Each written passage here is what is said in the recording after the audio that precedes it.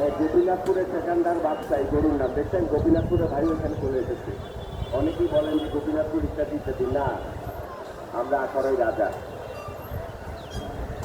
আরমান তোর গুরু নাই পুষ্কুরি গুরু বাজারে ঠিক পাশে দাঁড়াইতেছে, উত্তর পাশে, উত্তর পাশে।